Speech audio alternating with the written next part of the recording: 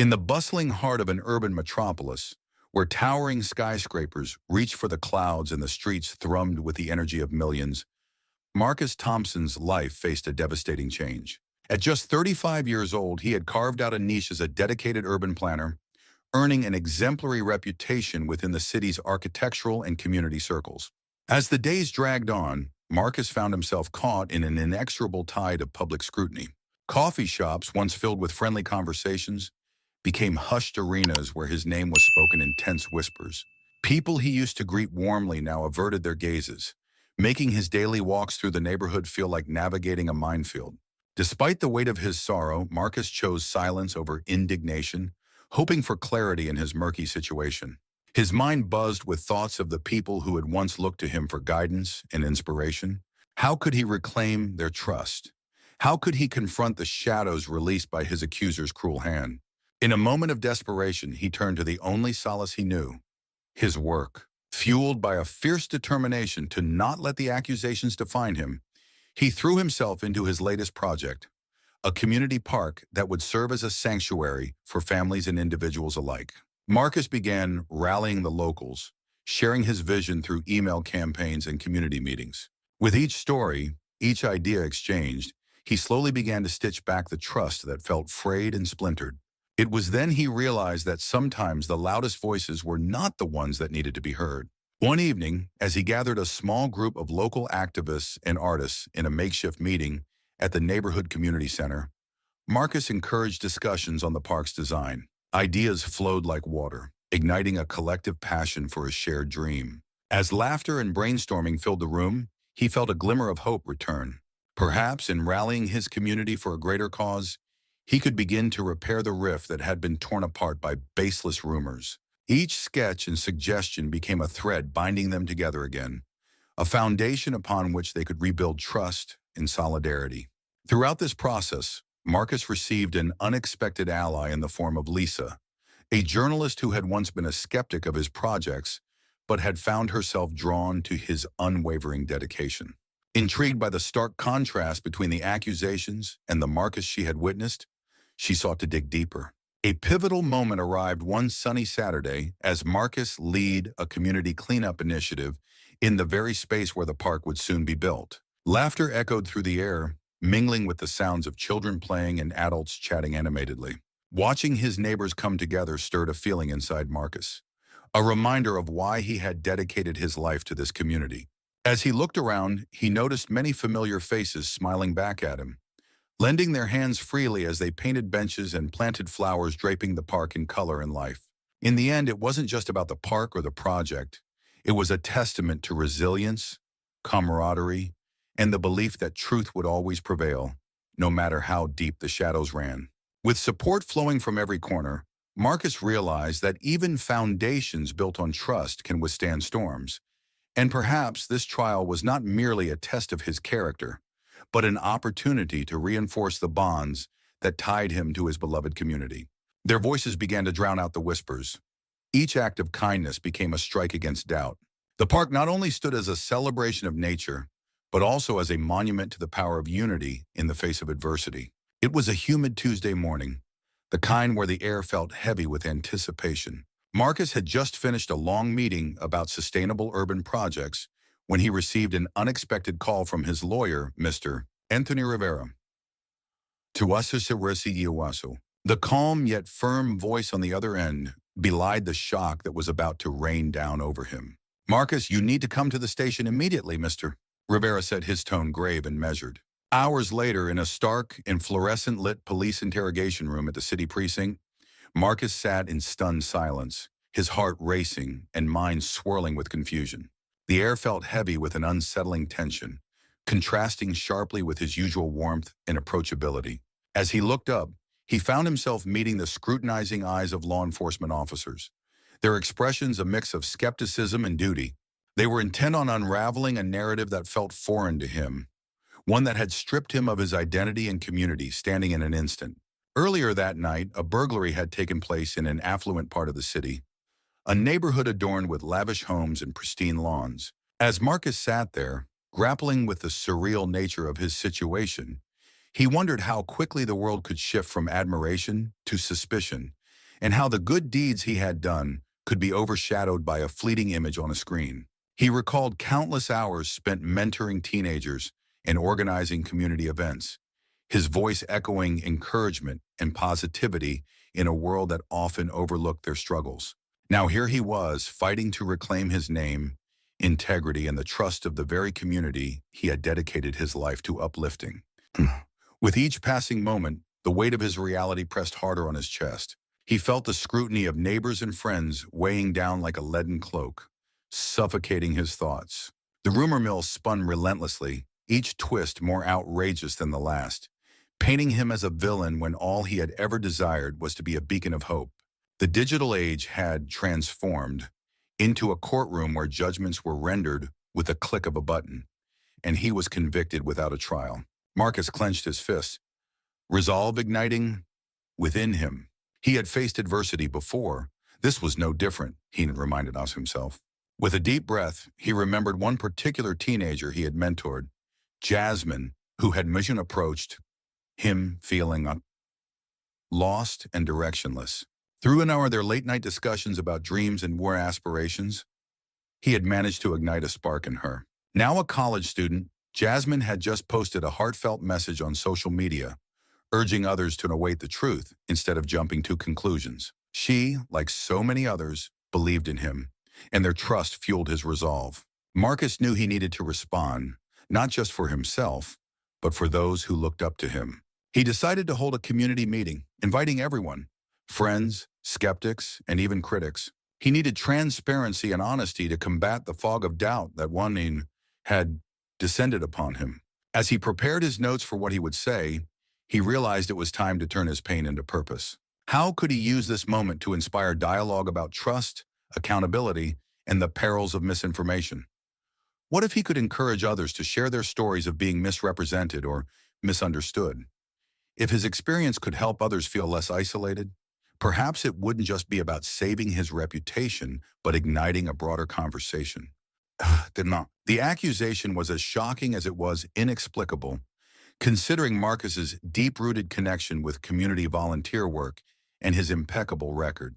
Known for his unwavering commitment to uplifting the youth in his neighborhood, he spent countless hours mentoring teenagers and organizing local cleanup drives, which highlighted his role as a positive force in the community.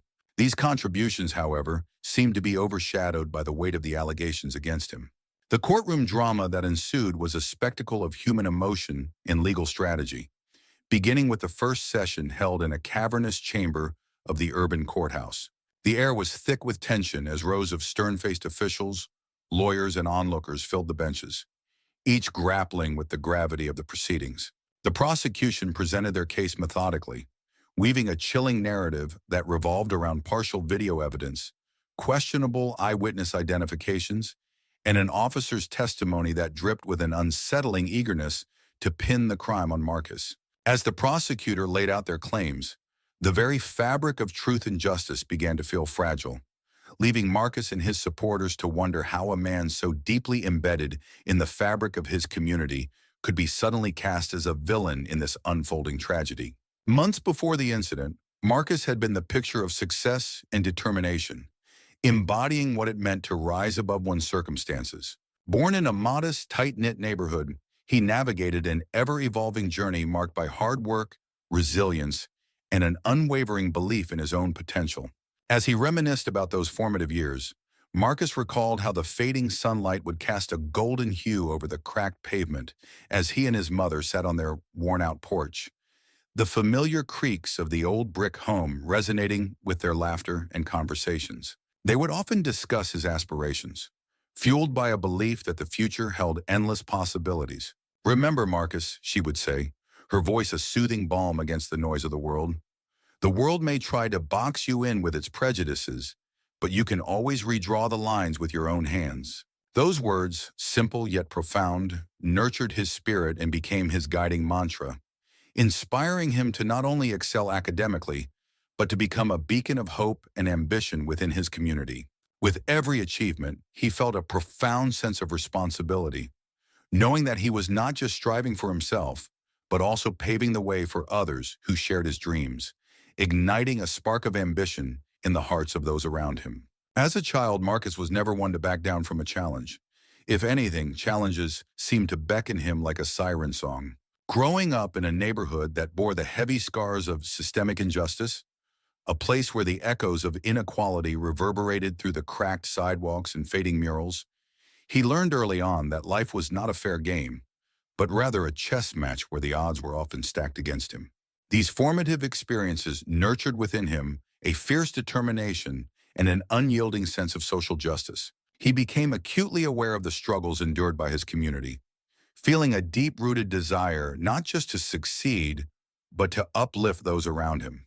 With a vision shaped by both hardship and hope, Marcus dedicated himself to creating urban spaces that embodied equality and unity, where everyone, regardless of their background, could thrive. His innovative ideas in the fields of sustainable design and urban renewal not only transformed neglected neighborhoods into vibrant hubs of activity, but they also earned him accolades and the respect of city leaders eager to start a new chapter in community development. Yet despite his professional achievements and growing influence, the specter of racism lingered like a shadow, never fully receding.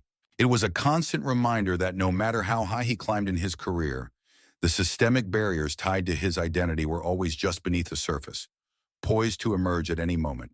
The trial was scheduled to begin just a week after Marcus's arrest, a mere blink of an eye yet packed with an avalanche of anxious anticipation. As the date drew nearer, the community held its collective breath, rallying around Marcus, their unwavering belief in his innocence breathing life into a shared hope against the odds stacked against him. The prosecuting attorney, Ms. Linda Harper, loomed large in the courtroom, her presence both commanding and intimidating. With a sharp suit and an equally sharp intellect, she exuded an air of confidence that suggested she was more than prepared for the battle ahead. Throughout the courtroom, her voice cut through the tension like a knife, as she meticulously crafted a portrait of Marcus that painted him not merely as a suspect, but as a cunning criminal mastermind. With an almost theatrical flair, she utilized the sparse evidence available to construct a narrative that was laced with her own biases and preconceived notions. The evidence may be circumstantial, she stated during her opening remarks, her tone dripping with conviction, but the consistency in the testimonies, corroborated by the timeline of events, points to a man who had the motive, the means, and the opportunity to commit this crime, despite the facade of innocence he wears so well. Her words hung in the air, resonating with the jury and igniting a sense of doubt in the hearts of those who had once believed in Marcus's integrity.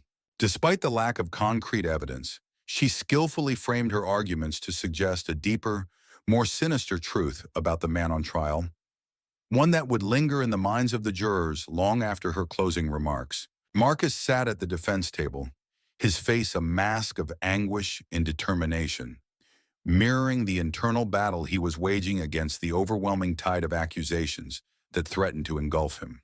Each line etched into his brow told a story of sleepless nights spent wrestling with the shadow of doubt and fear, both of which clung to him like a second skin. The weight of the world seemed to hang heavily from his shoulders, his very being strained under the pressure of a verdict that could strip away his freedom and tarnish his name forever. Every silent moment that stretched in the courtroom felt like an eternity, amplifying his sense of isolation and desperation. It was as if he were suspended in a void, disconnected from the very real emotions swirling around him. He could feel the piercing gazes of the jurors, their eyes drilling into him from across the aisle, each gaze slicing through him like a knife. Their expressions formed a complex tapestry woven from threads of skepticism, curiosity, and the daunting responsibility of delivering a verdict that would alter lives irrevocably. A slight twitch in one juror's brow or a fleeting frown from another felt like judgment passed against him, a harsh critique of his character laid bare for all to see. As he watched their faces, he sensed the subtle but undeniable shift in their collective mood. Some leaning forward, intrigued, subtly invested in the narrative being woven by the prosecution, while others crossed their arms, their bodies a rigid barricade against the doubt that swirled around him like a chaotic storm. It was a confounding dance of human emotion that only deepened his anxiety, feeding the relentless question that gnawed at him. Would they see the man he truly was, or the monster they were being led to believe had committed unspeakable acts. With every passing moment, the stakes rose higher, and the air thickened with a tension so palpable that it was hard to breathe. Marcus's thoughts spiraled as he recalled the path that had led him to this moment, each memory laced with regret and uncertainty. The whispers of that fateful night echoed in his mind, each fragment replaying like a tragic film looping in an unforgiving projector. He had been in the wrong place at the wrong time, but how could he convey that to the people sitting in judgment? How could he prove his innocence when every piece of evidence seemed to conspire against him? The prosecution painted a vivid picture, a narrative filled with dark motives and sinister intentions. Their carefully selected words hung in the air like a thick fog, distorting the truth and casting shadows over his reputation. He was never a good man, they argued, each claim resonating within the hearts of the jurors. Serenely look at the evidence. It tells a story of guilt.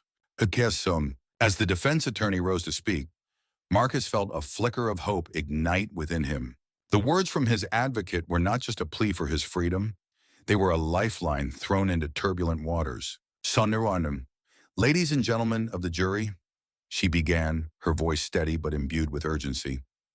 I ask you to allow yourselves to look beyond the surface. See Marcus for who he is. A man who has made mistakes, yes, but a man nonetheless deserving of fair judgment. Marcus watched her with rapt attention, her arguments weaving a tapestry of his character, his life experiences, and the people who believed in him. In that moment, as her words washed over him, Marcus began to envision the aftermath of this trial. What would his life look like if he were to emerge victorious? The thought wrapped around his heart like a soft embrace. Freedom, he whispered to himself, an echo of hope. Would he be able to reclaim the future that had slipped from his grasp? Could he build a life free from the chains of this dark chapter? As everyone began to rise, the burden of impending judgment sat heavier on Marcus's chest. He cast a glance around the room, searching for understanding in the eyes of those who had silently witnessed his struggle. Their expressions were a blend of compassion and concern, and he silently begged each of them to see the truth for what it was. With one final deep breath, he steeled himself to face whatever would come next, determined to march forward with unwavering resolve. This battle was not his alone. It was one fought by every person who had ever faced injustice, and he would not buckle under the weight of falsehoods. As everyone began to rise, the weight of impending judgment sat heavier on Marcus's chest. He cast a glance around the room, searching for understanding in the eyes of those who had silently witnessed his struggle.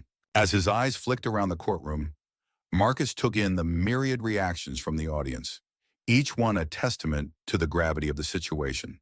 There was a mother clutching her child's hand tightly, her eyes wide with a blend of fear and concern, as if she could feel the tempest of injustice brewing in the air. An older gentleman sat nearby, shaking his head slowly, his disappointment palpable as though he had once held faith in the very values Marcus now fought to uphold.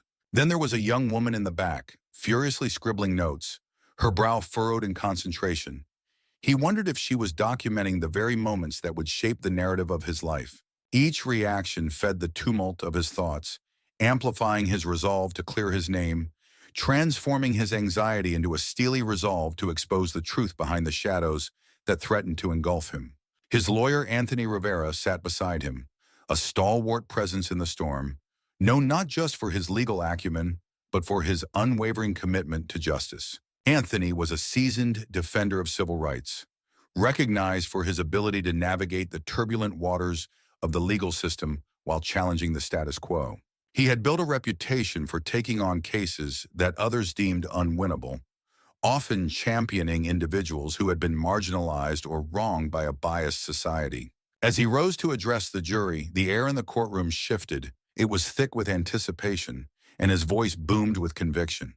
Ladies and gentlemen of the jury, he began, his tone measured yet passionate, the only evidence you have been presented is a theory fueled by prejudice, not facts. Marcus Thompson is a man of integrity whose life's work is dedicated to building bridges in our community, not tearing them down. He stands here not just as a defendant, but as a symbol of resilience for every person who has ever faced unfounded accusations. Anthony continued, weaving a narrative that countered every insinuation made against Marcus. He spoke of Marcus's tireless efforts to uplift the younger generation, his initiatives that brought diverse groups together, and the countless hours he volunteered at local shelters, genuinely trying to make a difference. Each word resonated in the minds of the jurors, painting Marcus as a figure synonymous with hope and determination, rather than the criminal the prosecution was attempting to portray. As the days progressed, the trial took an unexpected turn. A piece of evidence had been brought forward by a defense investigator. DNA samples collected from the scene of the burglary. In a twist of fate that would leave the courtroom held in rapt attention, the results of the DNA analysis were clear. The DNA found at the crime scene did not match Marcus Thompson's profile. Instead, it belonged to another individual, someone with a history of criminal behavior and a background that mirrored the very stereotypes the prosecution was trying to exploit. The courtroom buzzed with murmurs as the defense presented this groundbreaking evidence. Detailed forensic reports, meticulously documented by experts, demonstrated beyond any doubt that Marcus had no connection to the burglary. Behind the sterile veneer of the courtroom, which resembled a theatrical stage more than a place for justice, Marcus's heart was heavy with personal anguish. The gravity of his situation pressed down on him like a weight he couldn't shake off, a ceaseless reminder of how quickly life could turn on its head. Every day in custody felt like an eternity, each passing hour marked by the stark fluorescent lights that illuminated the cold, unyielding walls and the oppressive silence that seemed to swallow his thoughts. Every stressful moment spent recounting his version of events in painstaking interviews, under the scrutinizing gaze of detectives and attorneys alike, chipped away at the resilient facade he had maintained throughout his life. It felt as if the very essence of who he was being eroded, layer by layer, under the incessant pressure of the accusations against him. In the confines of a small temporary cell in the downtown detention center, Hope was a fleeting visitor. He found little solace in the narrow cot or the scant comforts allowed by his surroundings. Instead, it was the torrent of memories that surged through his mind. Thoughts of his family, their unwavering support, and the community that had always stood by him through thick and thin, that both comforted and tormented him.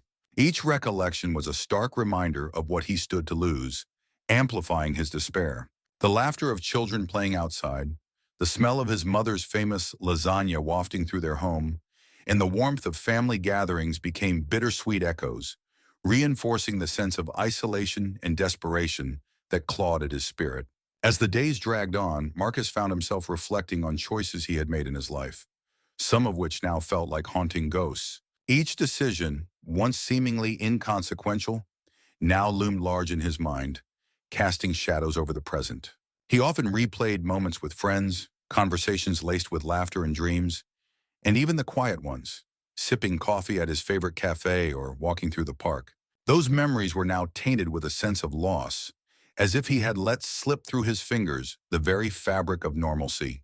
The trial date loomed ever closer, each day met with the adrenaline of mounting anxiety that coursed through his veins like a relentless storm. The trial date loomed ever closer, each day met with the adrenaline of mounting anxiety that gripped him like a vice. With each sunrise, he could feel the weight of impending judgment on his shoulders, heavy and suffocating. He often found himself envisioning the courtroom on that fateful morning, the polished wooden furniture, gleaming in the harsh fluorescent light, the stark contrast of black and white suits in the sea of spectators, each face a potential harbinger of his fate, and the flicker of cameras documenting his every move, capturing not just his form, but the fragile essence of hope and despair intertwined. Would the jury, after hearing the cacophony of accusations, be able to see beyond the superficial veneer and glimpse the true Marcus? The man who had dedicated countless hours to volunteering at local shelters, nurturing a sense of community among those who felt lost and forgotten. The compassionate mentor who took at-risk youth under his wing, inspiring them to chase their dreams amid the shadows of adversity. And the passionate musician who strummed the guitar strings not just to entertain, but to uplift the spirits of those around him during their darkest hours? Or would they be swayed by the meticulously crafted narratives, spun by those intent on casting him as a monster, deliberately obscuring the truth to advance their own agenda and diminish the man that he truly was? As he awaited his turn in the courtroom, Marcus felt a surge of determination arise within him, a flickering flame of resolve igniting his spirit amidst the oppressive atmosphere. During his confinement, he began to write with a fervor that surprised even him, a cathartic release for the storm of emotions that threatened to consume him at every turn. In the dank solitude of his cell, he scribbled letters to his family, pouring out his hopes and fears with an intensity that made the ink smudge, often dampened by the tears he could no longer contain. Each letter became a lifeline, a vessel carrying the weight of his love for them, encompassing the dreams he still held for a future that seemed tantalizingly out of reach. He poured out his heart, expressing not just longing, but also his unshakable gratitude for their steadfast support in the face of Harvey's relentless onslaught. Through the impending chaos of the trial, he wanted them to feel the essence of his struggle, to know he was fighting for them as much as for himself. Their bond was a beacon of hope in his darkest hours, a reminder that love could withstand even the gravest of storms. In those moments of writing, he transformed his anguish into strength, crafting words that would echo his spirit long after the gavel fell. As days turned into weeks, the trial approached like a dark cloud looming on the horizon, threatening to unleash its fury at any moment. Each page became a testament to his resilience, a reminder that though he was physically confined, his spirit remained unbroken. As he penned each word, he could feel the weight of his hopes pressing against the parchment, an unyielding force defying the bleakness of his surroundings. He pictured the day he would be reunited with his loved ones outside these walls, the warmth of their presence flooding his senses and overshadowing the cold, hard reality of his cell. In his mind, he envisioned heartfelt embraces that lingered, tender moments shared beneath the open sky, and the genuine laughter that would fill the air, echoing joyously across the expanse of freedom. With every stroke of his pen, he was not only documenting his pain, but also mapping out a future rich with possibilities. The chance to rebuild the bridges he feared might collapse beneath him, to rekindle relationships dulled by distance and time, and to forge new memories that would outshine the darkest days he endured. When the evening lights glimmered through the barred window as dusk fell, he found solace in the shimmer, dreaming of freedom. The soft hues of orange and purple painted the walls of his cell, momentarily transforming the stark concrete into a canvas of hope and possibility.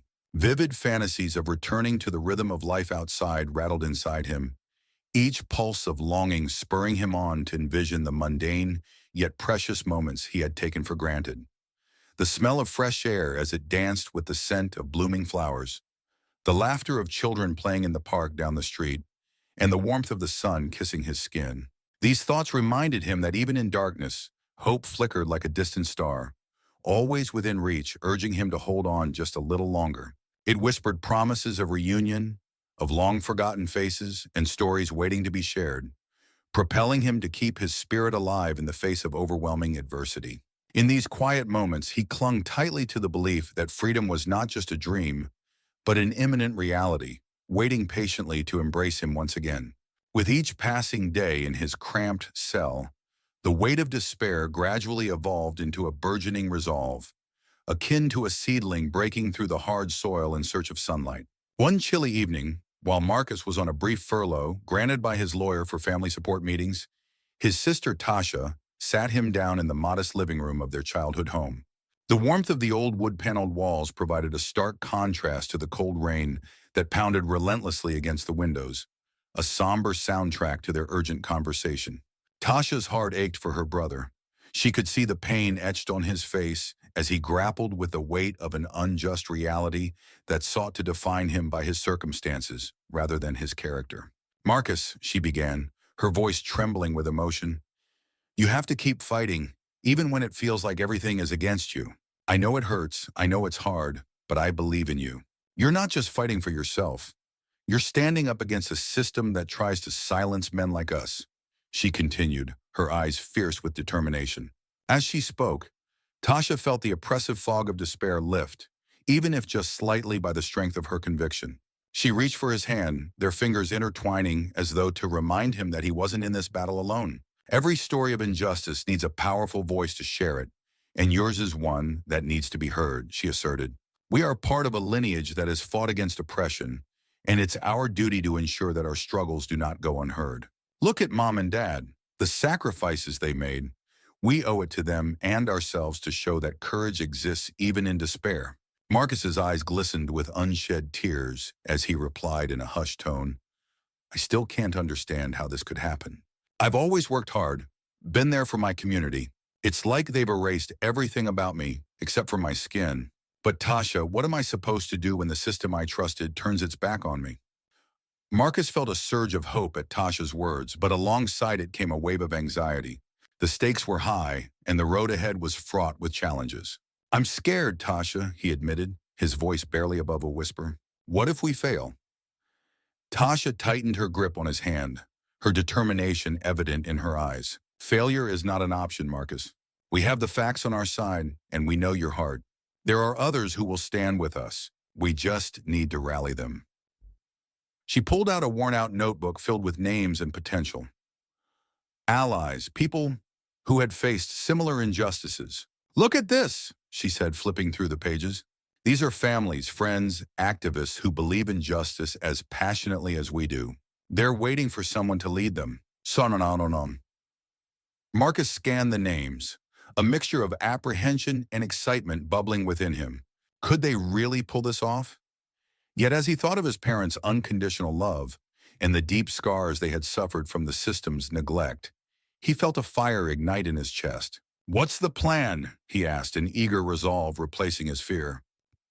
Tasha smiled, a glimmer in her eyes that sparked his confidence. First, we need to gather evidence.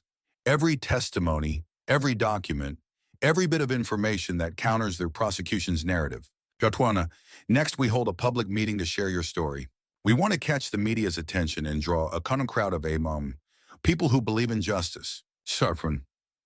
And then, Marcus questioned, brainstorming how to leverage social media in local context to amplify their voices. Tasha's enthusiasm was contagious. Then we take our findings to the nearest district attorney's office. We go in armed with the truth, demanding they review the case. But first, we need to amplify the voices of those who've suffered alongside you. Our once unified our front is our greatest weapon. Feeling a wave of empowerment wash over him, Marcus nodded resolutely. Let's do it. For everyone who's been silenced. Shabifurium. As they slowly began to outline their strategy, a quiet determination settled between them. This was not just a fight for a single man's freedom, but a broader movement for equality and justice that would spread far beyond their small town. What can I want for him? Ada was short. With the DNA evidence now in the spotlight, Anthony Rivera and his defense team ramped up their efforts, fueled by a fierce resolve to overturn the unjust conviction that had cast a shadow over their lives. They were not merely defending Marcus. They were undertaking a mission to expose the frailty of the judicial system that had failed him. As the days turned into intense preparation, a palpable sense of urgency enveloped them. Rivera meticulously dissected every element of the prosecution's case, aiming to dismantle the flawed narrative that had been built around Marcus's arrest with precision and clarity. He demanded not only an in-depth examination of all the forensic evidence, but also a comprehensive analysis of witness statements that had proven shaky under scrutiny. Moreover, he called for a thorough investigation into the procedures followed by the investigating officers, seeking to reveal any biases or oversights that could have tainted the entire inquiry. Each gathering of the defense team was infused with a determination that was not just about Marcus's freedom, but about ensuring that justice was served for everyone who had ever been wronged by the system. With renewed vigor, the team mobilized to dig deeper. They coordinated with a local private investigator who began interviewing residents in the area who might have seen something pertinent to the case. With renewed vigor, the team mobilized to dig deeper. They coordinated with a local private investigator who began interviewing residents in the area that might have seen something pertinent to the case. Slowly, the threads of a different story began to unravel. Witnesses who had initially felt intimidated or reluctant to come forward started recalling moments they had overlooked. Each testimony corroborated the existence of the mysterious figure, which Rivera believed could lead to an entirely new suspect, one who had eluded the police investigation. Amidst this whirlwind of activity, the emotional toll on Marcus remained heavy. The weight of his wrongful conviction had not only strained his spirit, but also impacted his family, who stood by him, unwavering but weary. His sister Rosa dedicated her time to rallying community support, sharing Marcus's story on social media and through grassroots initiatives. She believed that if enough people could see the flaws in the system, changes could be made to prevent future injustices. As her online campaign gained momentum, a network of advocates and lawyers joined the cause, amplifying calls for a review of Marcus's case. As the hearing date approached, Rivera and his team knew they needed to present a compelling narrative to the court, not just the facts, but an emotional truth that would resonate with the judge and jury. They crafted a presentation that framed Marcus not as a criminal, but as a victim of systemic failures. They highlighted his character, his contributions to the community, and the ripple effect of his imprisonment on his family and friends. On the day of the hearing, tensions ran high. Rivera stood poised, flipping through his notes one last time, yet feeling the weight of hope pushing him forward. He understood that this was about more than just one man's freedom. It was a pivotal moment that could shake the foundation of a system that often favored haste over justice. As he delivered his arguments, weaving in the new evidence, the atmosphere in the courtroom shifted. The eyes of the jurors glimmered with the possibility of redemption. In that moment, Rivera was not just fighting for Marcus.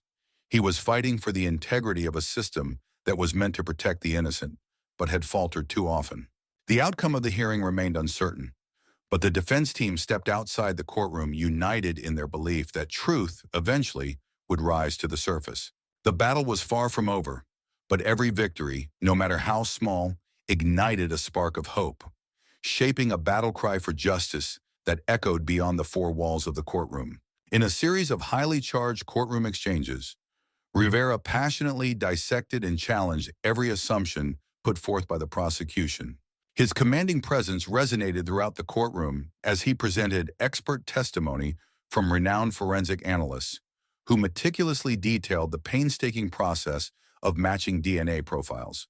These analysts, equipped with the latest technological advancements and years of experience, elucidated the complexities of forensic science in a way that captivated the jury.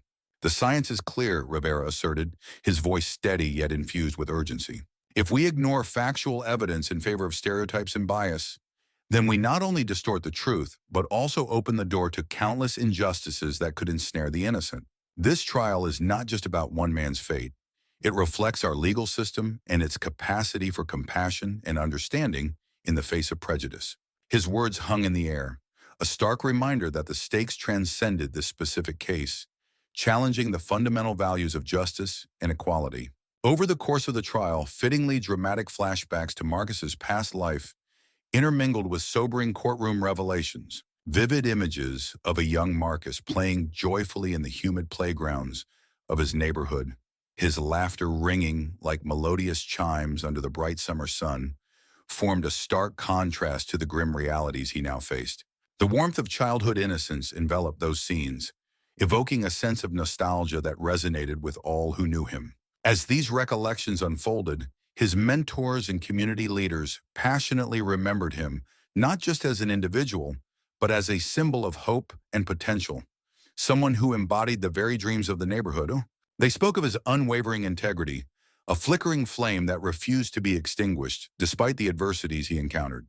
His fervor for urban planning, ignited by experiences that fostered a keen awareness of social injustices, was always rooted in a deep commitment to eradicate both social and racial disparities.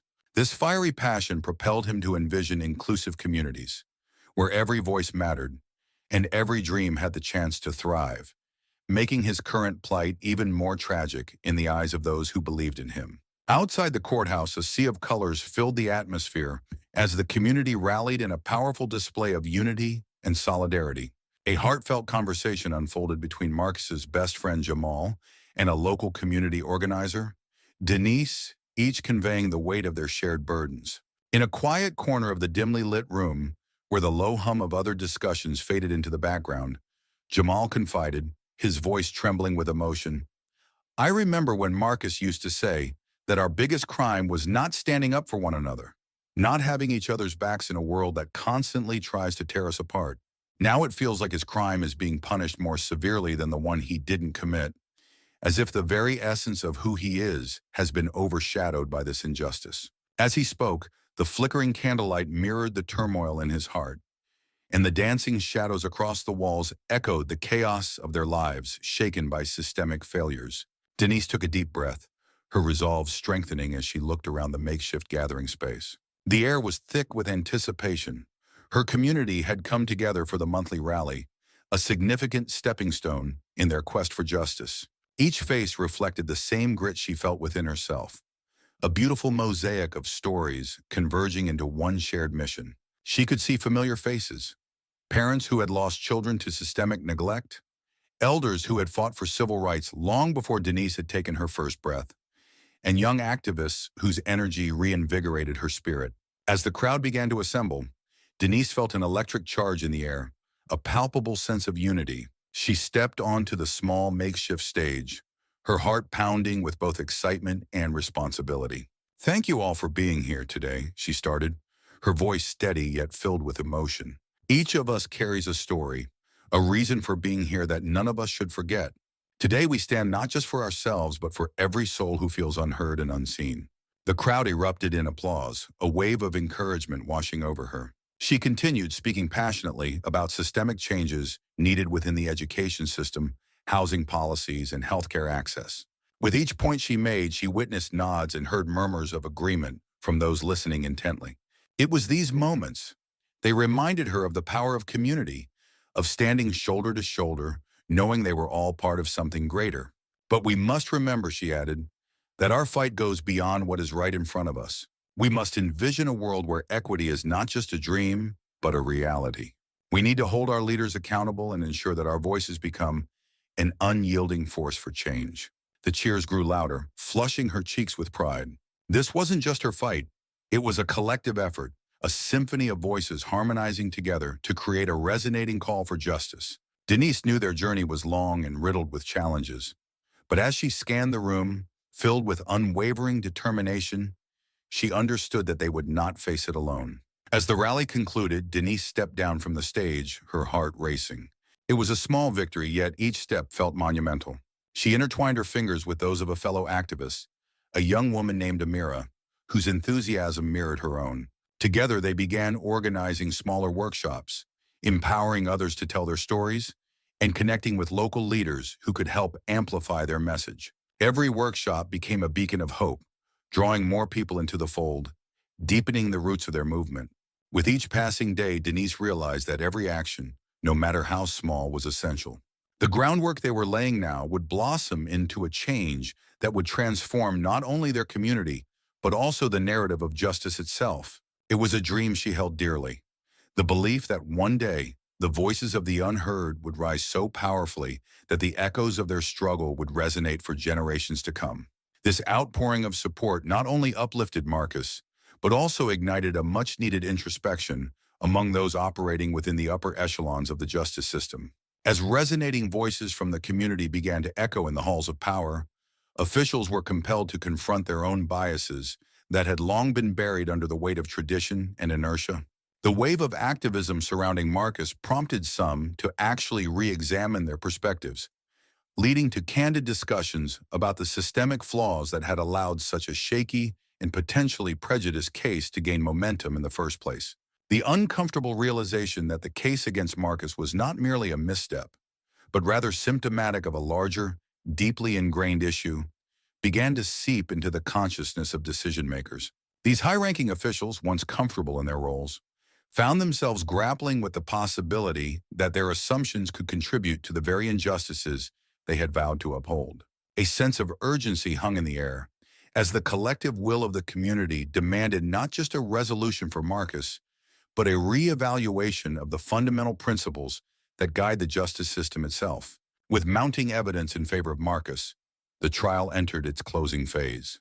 The defense's summation was passionate, intertwining the factual with the emotional. The prosecution's counter-arguments fell increasingly flat in the wake of the unassailable DNA evidence. On the stand, a forensic expert recounted those long hours in the lab, emphasizing how every detail in the DNA report pointed away from Marcus and toward a man with a documented criminal history. The voice of science had, at last, silenced the lingering echoes of prejudice. When it came time for the jury to deliberate, the tension in the courtroom was palpable. Hour after hour, the nation watched, minds and hearts captivated by the unfolding of a trial that was emblematic of broader societal struggles. Friends and family clustered in the crowded courtroom lobby, exchanged hopeful glances and whispered prayers that Marcus's fate would be met with justice. After a painstaking deliberation, the jury returned with a verdict that reverberated through the courtroom and beyond. Not guilty came the solemn yet triumphant announcement from the foreman. A hush fell over the room before it erupted into a combined chorus of relief and jubilation. Marcus, tears streaming down his face, rose from the defense table amid a storm of applause from supporters and community members. In his tearful yet choked voice, Marcus addressed the courtroom, his words imbued with a deep sense of gratitude and a yearning for justice. Today I am grateful not just for my freedom, but for every person who stood by me, every friend and family member who believed that justice must prevail over the often pervasive winds of prejudice. This case has taught me that while my personal battle has reached a conclusion, our collective fight is far from over. It is a fight we must continue, not only for ourselves, but for countless others who have been silenced by similar injustices. I stand before you as a testament that truth, though delayed and often obscured, will eventually shine through, illuminating the paths we walk and inspiring us to push for a future where equity reigns, and no one else has to endure what I have experienced. The judge, in his post-verdict remarks, took a moment to reflect not only on the specifics of Marcus Thompson's case, but also on the profound implications it held for the entire legal system. He underscored the weight of the moment, declaring that the courtroom had become a mirror reflecting the systemic flaws that had permitted such a grave miscarriage of justice to unfold. Today, he asserted with a resolute tone, we must not only clear the name of one man, but also take decisive steps to reform the system that led us here. With a call to action, he announced the establishment of a comprehensive inquiry into the entrenched biases and structural inadequacies that permeated the justice system. The inquiry would include testimonies from legal experts, community leaders, and those who had been wrongfully accused, gathering insights from every corner of the community. This initiative was not merely a response to one case. It was a commitment to ensure that the rights of the innocent were safeguarded in the future. The judge's words sent ripples through the audience, instilling a renewed sense of hope that this pivotal moment could lead not only to justice for Marcus Thompson, but also to a transformative reckoning within the judiciary, fostering greater transparency, accountability, and fairness for all. In the weeks that followed the verdict, Marcus Thompson's case became a powerful catalyst for change within the community and beyond. The public's response was overwhelming, with local citizens rallying for justice reform and demanding accountability from those in power. City officials, aware of the intense scrutiny and public demand for action, were spurred into action by the rising tide of support for reform. They recognized that Marcus's exoneration was not just an isolated incident, but emblematic of a much larger systemic issue that plagued the justice system. Seizing the moment, they embarked on sweeping reforms aimed at ensuring fairness and transparency in every corner of the justice system. A multifaceted task force was established, bringing together community leaders, legal experts, and advocates for social justice. Their mission was clear: to re-examine cases marked by racial bias and to identify patterns of discrimination that had long been ignored. The task force delved deep into historical records, assessing the outcomes of past trials and sentencing, seeking justice for those whose voices had been stifled for far too long. In addition, they recognized the crucial need for reforming the practices of law enforcement agencies, which had been criticized for their lack of cultural sensitivity and inherent biases. As a solution, innovative training programs focused on cultural competence and implicit bias were developed, designed not just to educate officers, but to foster genuine understanding and empathy toward the diverse communities they served. These initiatives marked the beginning of a new chapter in the city's history, one characterized by a commitment to justice that prioritized the dignity and rights of every individual. Marcus's case had ignited a fire within the community, a resolute determination to dismantle the barriers of injustice and ensure that all citizens could feel safe and respected in their own neighborhood. Marcus, now officially exonerated, found himself inundated with an overwhelming wave of messages of support from both friends and strangers alike, all eager to stand by someone who had endured so much injustice. Offers flooded in for him to speak at public forums, share his story, and advocate for others who face similar struggles. At one such forum held in a packed community center in the heart of the city, where the walls were adorned with murals celebrating the resilience of the local populace, Marcus stood before a sea of faces. As he took the stage, the atmosphere teemed with anticipation and palpable emotion. With a deep breath, he delivered an impassioned speech that left an indelible mark on everyone present. I stand before you not as a victim, but as a survivor and an advocate for change, he proclaimed, his voice resonating with unwavering conviction. While today my name has been cleared, I know that injustice still shadows countless lives, lives that may never see the light of truth. Let my experience be a reminder, a beacon of hope, that our efforts for reform must continue until every person, regardless of their background, is granted the dignity of justice. He paused, allowing his words to sink in, and continued, I urge you to unite in this fight, not just for those wrongfully accused, but for every individual who feels voiceless and marginalized. Together, we can rewrite the narrative of our community, forging a path where justice is not merely an ideal, but a fundamental right for everyone. His impassioned speech ignited a powerful wave of community-led initiatives that took root in the heart of the neighborhood. Local residents, inspired by his call to action, came together to organize a series of public forums aimed at dismantling the insidious practices of racial profiling that had long plagued their streets. These discussions fostered an environment of open dialogue, where personal testimonies highlighted the pervasive nature of injustice, and community members actively brainstormed tangible solutions to ensure that every voice was heard and valued. Simultaneously, legal aid societies stepped up their efforts, committing to provide enhanced resources and support for individuals who found themselves wrongfully accused. Specialized workshops were introduced to educate the community about their legal rights, equipping them with the knowledge needed to navigate the complex legal landscape.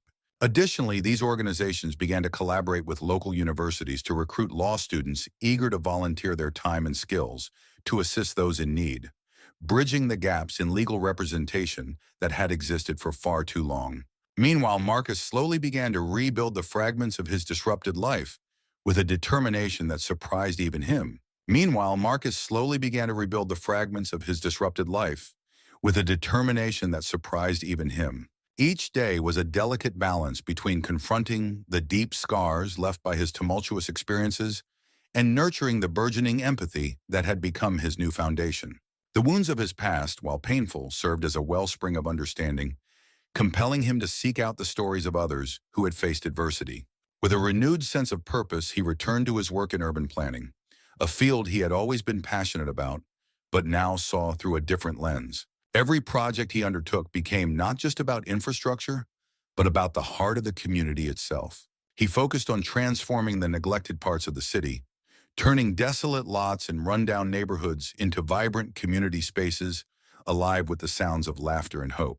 Parks punctuated with art installations, community gardens flourishing with produce, and gathering spots where diverse groups could come together began to take shape under his guidance. In his mind, every brick laid and every park designed was not merely a step toward beautifying the city, but a profound statement towards creating a more inclusive and just society. Moreover, as he collaborated with local residents, he found his own narrative blending with theirs, weaving a rich tapestry of shared aspirations and struggles. Each meeting was a reminder that rebuilding was not just a personal quest. It was a collective movement aimed at healing the wounds of a community longing for connection and rejuvenation. Empowered by those he worked with, Marcus saw himself not just as a planner, but as a catalyst for change, igniting a passion in others to become proactive in shaping their own environments. He envisioned a future where every citizen felt ownership over their community and believed in the possibility of a better tomorrow. One crisp autumn afternoon, several months after the trial had concluded and the dust settled on the turbulent events of the past, Marcus welcomed his family into his newly renovated office overlooking a busy city street, bustling with life and energy. Sitting around a long mahogany table in his office, Marcus and his family recounted memories of the difficult period, yet filled the conversation with hope for the future. His father, a quiet yet commanding presence, mused, "This experience, as painful as it has been, has unmasked truths that many have tried to hide for too long. The reforms in our legal system, this is just the beginning. Your struggle has paved the way for many others to find justice." During the reunion, his sister Tasha, who had been not only his strongest ally but also a tireless advocate throughout his harrowing ordeal, smiled reassuringly at him, her eyes shimmering with pride and understanding. We always believed in you, Marcus. Each step, painful as it may have been, was not just a battle fought for you alone, but a testament to our family's resilience and unity. It has brought us all closer to understanding the deep-seated changes needed in our society, changes that reach far beyond the confines of a courtroom. As she spoke, the memories of late-night conversations and frantic legal meetings flooded back to Marcus, shaping an atmosphere of solidarity. Their voices blended in a natural cadence of familial warmth, echoing through the room, a soundtrack to the struggles they had endured together. It left no doubt that together they could face whatever challenges the future held, empowered by their shared commitment to justice and the unwavering belief that their collective experiences could spark meaningful change. The stories of Marcus's ordeal and eventual exoneration spread like wildfire across local and national media, capturing the attention of journalists and activists alike. News outlets began to highlight not only the harrowing details of his unjust incarceration, but also the broader implications for systemic reform. Relentless coverage sparked heated discussions on social media platforms, where countless individuals shared their own experiences with the flawed justice system, revealing a chilling pattern of misconduct and neglect that spanned beyond Marcus's case. As his story resonated deeply with communities grappling with similar injustices, it mobilized grassroots movements, prompting protests and calls for accountability that echoed through city streets and resonated in state legislatures. Documentaries were produced, podcasts launched, and op-eds penned, each adding layers to the narrative of a man who had endured the unthinkable, yet emerged as a beacon of hope. Marcus became not just a symbol of resilience, but a catalyst for change, igniting a nationwide conversation about the dire need for reform in the legal system that had both failed and transformed him. As reforms took shape, the city began to change. Police departments instituted new training regimes focusing on empathy, cultural awareness, and unbiased evidence handling. Transparency measures were introduced in the judiciary to closely monitor cases with racial implications. Public forums and town halls discussing these changes became regular events, forging a dialogue between citizens, activists, and government officials. Marcus's case was frequently revisited in academic discussions on social justice. University lectures and community workshops used his story as a case study on the interplay of race, law, and the importance of DNA forensic evidence in ensuring that truth prevailed over prejudice. His name was etched in local history as a man who had not only survived adversity, but had risen as a beacon of hope and resilience. In a reflective moment at his office one evening, gazing out across the sprawling city skyline, bathed in the soft glow of twilight, Marcus penned a letter to himself. He wrote, "I have learned that the true measure of a person lies not in the hardships they endure, but in the courage they muster to turn suffering into a testimony for change. While the scars may remain, they will serve as constant reminders of the battles fought and the victories earned. Not just for me, but for all who continue to dream of a fairer world." His words resonated with the realization that the journey toward justice was ongoing. Yet, as reforms began to crystallize on the horizon, there was a palpable sense of optimism. Marcus Thompson, a man once wrongfully accused on the basis of something as immutable as skin color, had ignited a spark destined to kindle future reforms in urban justice. New chapter in the city's story today, the city stands transformed not just by bricks and mortar, but by a renewed commitment to fairness and dignity for every citizen. Marcus Thompson's personal struggle against wrongful accusation had catalyzed changes that reached far beyond the courthouse walls. His case prompted systemic reforms and fostered environments where every voice, regardless of its origin, could be heard and valued. In neighborhoods that were once divided, community centers now buzz with initiatives for outreach, education, and restorative justice. The reform initiatives that emerged in the wake of Marcus's trial continue to be refined and expanded, ensuring that the errors of the past are not repeated. The city, now more inclusive and empathetic, has become a symbol of progress, a testament to the power of resilience, truth, and collective human spirit. As communities began to heal and rebuild, the air was thick with hope and determination. Grassroots movements sprang to life, advocating for policy changes that reflected the needs of the people. Citizens engaged in town hall meetings, demanding transparency and accountability from their leaders, While young activists harnessed the power of social media to amplify their voices, local organizations collaborated with national entities, forming coalitions that united diverse groups under a common cause. These alliances strengthened the movement as shared resources and collective wisdom propelled the fight for systemic change. Workshops and seminars were held to educate citizens about their rights, equipping them with the knowledge they needed to navigate a complicated legal landscape. Meanwhile, the symbols of oppression that had long loomed over communities, such as monuments celebrating controversial figures from the past, were scrutinized and, in many cases, removed. The process sparked passionate debates about history and memory, forcing citizens to confront uncomfortable truths while envisioning a more inclusive future. This newfound courage resonated beyond the local scene, inspiring similar movements across the nation. The ripple effect invited dialogue across state lines, as people shared their stories of resilience and the universal struggle for justice. Moments of solidarity emerged during peaceful protests, where chants of unity echoed through streets, reminding everyone that change was possible when they stood together.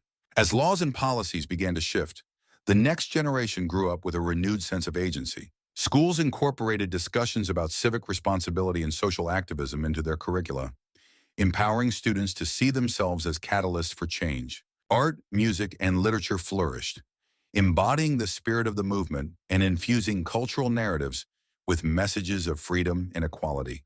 In this evolving landscape, the alliance between individuals and institutions took on new dimensions. Policymakers began to prioritize community engagement, recognizing that true reform could not occur in a vacuum. Public forums became arenas for collaboration, where citizens could voice their concerns and contribute to shaping decisions that affected their lives. While challenges remained, the resolve of the people was unwavering. Each small victory in courtrooms, city halls, and public spaces served as a testament to their efforts.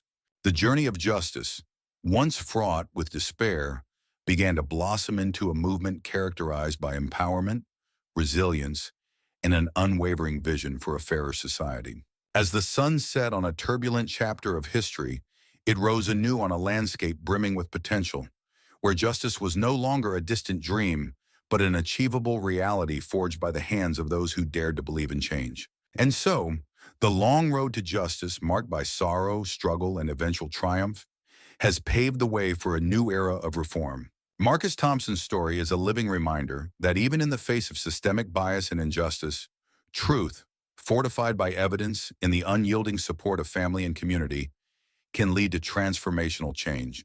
This new chapter, in the heart of the major urban city where it all transpired, is a commitment to never allow prejudice to overshadow justice again. Marcus's legacy of resilience and unwavering hope continues to inspire reforms, reminding every citizen that the fight against injustice is one that unites us all.